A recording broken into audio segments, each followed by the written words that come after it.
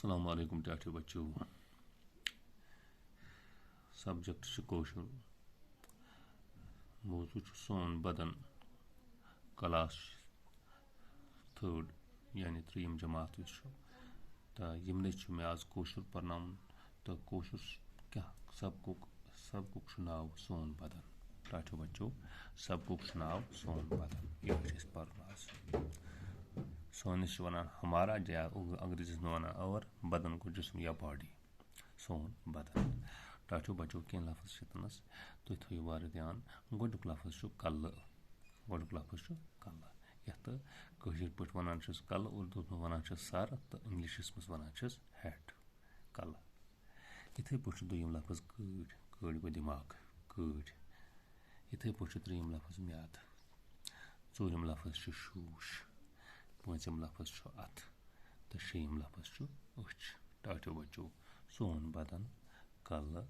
कड़ म्याद शूश अथ तो अच कल कड़ म्याद शूश अथ अच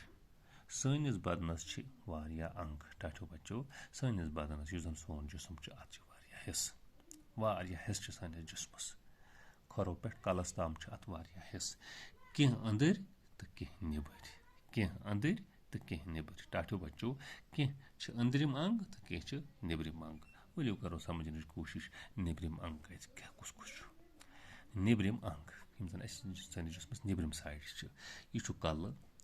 अच कन नस जंग खोर अथ टाठो बच्चों नम चीज सारी अत अकिस इंसान सद नम निब्रिम अंग अत निब्रिम अंग कल तथ अत अश तथ कन अत नस अत जंग अत खोर अत अथ अवे इन वनान निब्रिम अंग यम अस नजर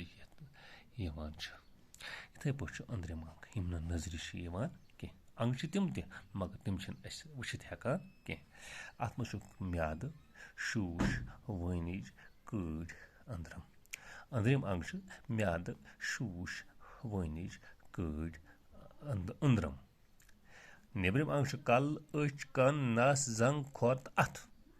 अंदरिम यम जन अंदरिम साइड तो यह म्याद यह अत कह शूश वनिज कड़ अंदरम टाठो बच्चों मे उम्मीद कि तुम करो नम लफ्ज याद कल कड़ म्याद शूश अथ अच सनिस बदनस वारिया अंग कह अंदर तो कह निबर निब्रिम अंग कल अच कन नस जंग खोर अथ अंदरिम अंग म्याद शूश वनिज कड़ अंदरम शुक्रिया टाठो।